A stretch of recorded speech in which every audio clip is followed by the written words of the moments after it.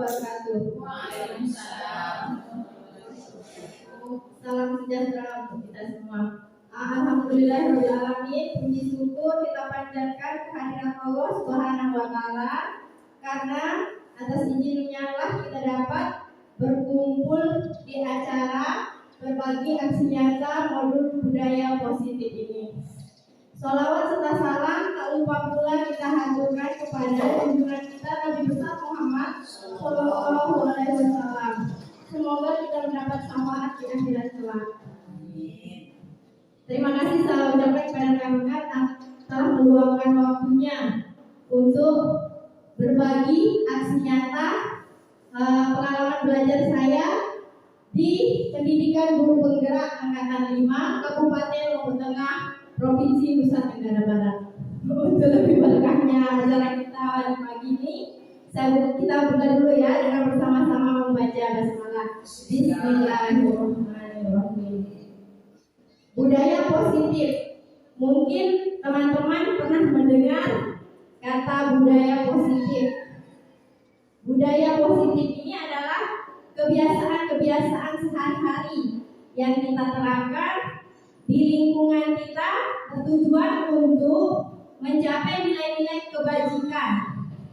Nilai-nilai kebajikan di sini untuk anak usia dini di sekolah kita itu kita kenal dengan istilah profil pelajar Pancasila. Di sekolah kita akan menerapkan namanya disiplin positif. Disiplin positif merupakan pendekatan mendidik anak untuk mengontrol diri dalam memilih tindakan yang mengacu pada nilai-nilai kebajikan agar tercapai tujuan mulia yang diinginkan. Tadi sudah saya sampaikan, nilai-nilai kebajikan yang ingin dicapai oleh setiap anak Indonesia dikenal dengan istilah profil pelajar Pancasila, dan ini sedang digalakkan. Profil pelajar Pancasila itu terdiri dari nilai-nilai kebajikan, beriman dan bertakwa kepada Tuhan Yang Maha Esa dan berakhlak mulia, mandiri, bernalar kritis, berkebinekaan global dan bergotong royong. Yang terakhir yaitu kreatif. Saya juga mempelajari tentang teori kontrol. Teori kontrol ini adalah bagaimana kita mengontrol diri. Yang bisa mengontrol diri kita sendiri itu hanyalah diri kita. Orang lain tidak bisa mengontrol kita.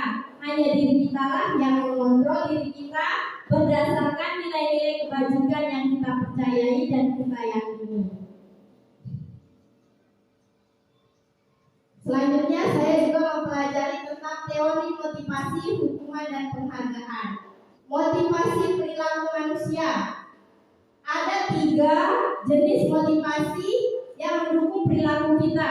Yang pertama yaitu untuk menghindari ketidaknyamanan atau hukuman. Kita melakukan sesuatu karena kita takut akan dihukum. Yang kedua, untuk mendapatkan imbalan atau penghargaan. Kita mau melakukan sesuatu meskipun bukan menurut keyakinan kita, tapi ada imbalan yang kita peroleh. Demi imbalan kita mau melakukan sesuatu. Yang ketiga yaitu untuk menjadi orang yang mereka inginkan dan menghargai diri sendiri dengan nilai-nilai yang mereka percayai. Yang ketiga itu melakukan sesuatu karena berdasarkan nilai-nilai keyakinan, nilai-nilai kebajikan yang kita percayai. Selanjutnya, dalam kegiatan kita sehari-hari, guru itu memiliki namanya posisi kontrol. Guru mengontrol muridnya. Di mana posisi kontrol kita? Ketika kita berada pada posisi kontrol hukum, kita biasanya menggunakan hukuman fisik maupun verbal. Hukuman fisik seperti mencubit, memukul. Hukuman verbal menggunakan kata-kata keras, memarahi anak, itu juga termasuk hukuman verbal. Yang kedua, posisi guru sebagai pembuat merasa bersalah. Anak dibuat tidak nyaman. Di sini biasanya menggunakan suara yang lembut, menggunakan keheningan untuk membuat orang lain merasa tidak nyaman dan merasa bersalah. Seperti, Bu Guru sedih deh kalau kamu begini. Bu Guru tidak suka, atau mendiami anak, seperti itu. Yang ketiga yaitu posisi kontrol sebagai teman. Posisi kontrol sebagai teman ini tidak menyakiti murid, namun tetap mengontrol murid melalui persuasi atau komunikasi yang dapat mempengaruhi murid. Terus posisi teman bisa berupa pengaruh negatif dan bisa pula berupa pengaruh positif. Pengaruh negatifnya, ketika kita tidak bisa membantu anak merasa kecewa, dia merasa sedih, dia merasa kita bukan temannya lagi. Pada saat kita tidak bisa membantunya, anak tergantung kepada kita. Posisi positifnya, anak nyaman dengan kita, seperti itu. Jika kita berada di posisi teman. Yang keempat yaitu pemantau. Pemantau itu berarti mengawasi gerak-gerik, mengawasi tingkah laku anak, dan meminta anak untuk bertanggung jawab atas perilaku yang dilakukan. Misalnya perilakunya salah, kita awasi dan kita berikan hukuman konsekuensi atas perilakunya yang salah. Yang kelima yaitu posisi manajer. Guru berbuat sesuatu bersama dengan murid, mempersilahkan murid mempertanggungjawabkan atas perilakunya, mendukung murid menemukan solusi atas permasalahannya sendiri. Dari kelima posisi ini, yang paling ideal adalah sebagai manajer. Di sini guru beserta anak menemukan solusi atas permasalahannya, atas kesalahan yang dilakukan oleh anak. Selanjutnya saya juga mempelajari tentang kebutuhan dasar manusia. Seluruh tindakan manusia memiliki tujuan tertentu. Ketika kita mendapatkan apa yang kita inginkan, sebetulnya saat itu kita sedang memenuhi satu atau lebih dari satu kebutuhan dasar kita. Di sini ada 5 kebutuhan dasar. Yang pertama yaitu kebutuhan untuk bertahan hidup atau survival. Yang kedua yaitu kebutuhan akan kasih sayang dan rasa diterima. Yang ketiga kebebasan. Yang keempat kesenangan. Dan yang kelima yaitu penguasaan. Tingkah laku anak-anak itu didasari oleh ini, kebutuhan. Kebutuhannya itu bisa berupa yang 5 ini. Bisa berupa perhatian atau kasih sayang, dia melakukan sesuatu karena kebutuhan dasarnya belum terpenuhi. Makanya dia mencari cara untuk memenuhi kebutuhan dasarnya, bisa cara positif, bisa dengan cara negatif. Ketika seorang murid melakukan suatu perbuatan yang bertentangan dengan nilai-nilai kebajikan atau melanggar peraturan, hal itu sebenarnya dikarenakan mereka gagal memenuhi kebutuhan dasar mereka. Selanjutnya saya juga mempelajari tentang keyakinan kelas. Keyakinan kelas ini mirip seperti peraturan kelas dan kesepakatan kelas. Tapi keyakinan kelas ini berasal dari dalam diri anak dan membuat keyakinan kelas ini kita libatkan anak. Keyakinan kelas ini upaya dalam membangun budaya positif di sekolah yang berpihak pada murid, diawali dengan membentuk lingkungan kelas yang mendukung terciptanya budaya positif, yaitu dengan bersama-sama menyusun sebuah keyakinan kelas. Seseorang akan lebih bergerak dan bersemangat untuk menjalankan keyakinannya daripada hanya sekedar mengikuti serangkaian peraturan tertulis tanpa makna. Jika dia terlibat dalam perbuatan keyakinan kelas ini, dia akan bertanggung jawab atas dirinya sendiri. Selanjutnya, saya juga mempelajari tentang segitiga restitusi. Restitusi mungkin terdengar baru ya. Restitusi ini adalah proses kolaboratif yang mengajarkan murid untuk mencari solusi untuk masalah dan membantu murid berpikir tentang orang seperti apa yang mereka inginkan dan bagaimana mereka memperlakukan orang lain. 3 sisi dari segitiga restitusi berdasarkan prinsip utama dari teori kontrol, yaitu yang pertama menstabilkan identitas, mengubah identitas anak dari orang yang gagal karena melakukan kesalahan menjadi orang yang sukses. Yang kedua yaitu validasi tindakan yang salah. Setiap tindakan yang dilakukan dengan suatu tujuan yaitu memenuhi kebutuhan dasar. Yang ketiga menanyakan keyakinan, menghubungkan tindakan dengan nilai-nilai yang dipercaya dan berpindah menjadi orang yang dia inginkan. Nah, seperti ini dia segitiga restitusi. Validasi tindakan yang salah ini, misalnya ini kata-kata pertanyaan yang muncul. Kamu tentu punya alasan ya mengapa melakukan ini.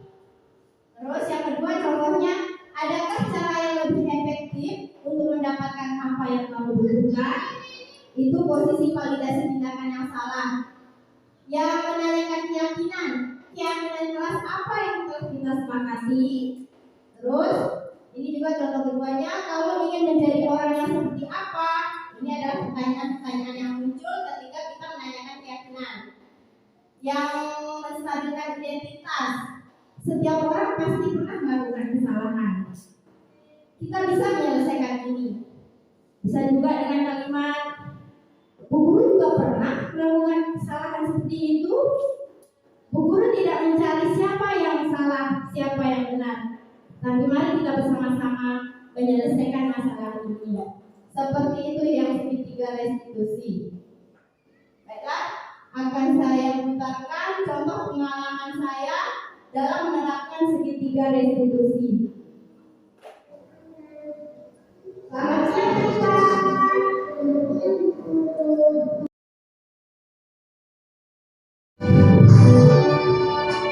Yaitu tadi dua contoh dari penerapan segitiga restitusi. Mungkin ada tanggapan atau komentar atau masukan dari teman-teman, boleh disampaikan. Seandainya ada anak, intinya anak ini tidak mau kita berikan dia solusi bahwa ini pekerjaannya salah misalnya. Lalu si anak ini kita terangkan begini, tapi anak ini tidak mau dia menerima atas saran gurunya itu. Bagaimana solusinya untuk mengatasi hal-hal yang seperti itu? Luar biasa pertanyaannya. Solusi segitiga restitusi yang kita lakukan untuk anak yang tidak mau, yang kekeh dengan pendiriannya. Nah, tadi sudah saya sampaikan ada yang namanya keyakinan kelas. Di keyakinan kelas itu kita bentuk dulu, kita mulai dari awal, keyakinan kelas kita bentuk bersama-sama dengan anak. Di keyakinan kelas itu bisa kita masukkan misalnya menghormati orang lain. Ketika kita membentukkan keyakinan kelas ini, kita juga bisa memasukkan menyelesaikan pekerjaan sesuai dengan contoh yang diberikan Bu Guru. Bisa kita masukkan di sana. Kita terangkan dulu. Nah, kita kan sudah membuat keyakinan kelas, mengikuti pelajaran sesuai dengan arahan Bu Guru. Apakah sudah sesuai dengan keyakinan tindakannya tidak mau mengikuti arahan Bu Guru itu, apakah sudah sesuai dengan keyakinan kelas kita? Seperti itu Bu gambarannya. Kita sampaikan dulu keyakinan kelas kita, apakah sudah sesuai dengan tindakan yang dia lakukan. Kalau tindakan yang dia lakukan bertentangan dengan keyakinan kelas, kita beritahu maksudnya pelan-pelan, kita sampaikan ke anak dan kita cari solusi jalan keluarnya berdua dengan anak. Jadi pertama itu anak-anak kita ajak membuat semua keyakinan kelas. Kita ajak kita terangkan ke semua anak dulu. Assalamualaikum warahmatullahi wabarakatuh. Saya akan silakan. Ini bukan pertanyaan, cuma usulan aja. Karena kita sudah ini belajar tentang budaya positif, tentang bagaimana keyakinan kelas, bagaimana kalau kita buat bersama-sama nanti sama anak bagaimana mengenalkan anak. Kalau bisa dengan tertulis juga biar Ya, emang begitu seharusnya nih. Poster kelas. dibanding poster, jadi anak selalu ingat dengan gambar-gambar kalau di TK. dan kita perlu juga bisa mengenalkan setiap hari pembiasaan kepada anak. Kalau kita kan baru mungkin masih mama-mama kalau ada tertulis kan bisa Dapat sama gurunya. dapat perkenalan. Ya, untuk keyakinan kelas aja dan dulu. Itu aja guru istilahnya Terima kasih usulan yang luar biasa. Besok kita belajar menyusun keyakinan kelas. Ada lagi guru Gus mungkin? Guru Deni, Guru Yuli? Cukup? Terima kasih atas waktu dan kesempatan yang diberikan kepada saya dalam menyampaikan aksi nyata berbagi tentang materi budaya positif yang saya dapatkan di pendidikan guru penggerak. Terima kasih atas kerjasamanya. Untuk lebih berkahnya acara kita hari ini, mari kita duduk dengan bersama-sama membaca hamdalah. Alhamdulillahirabbil alamin.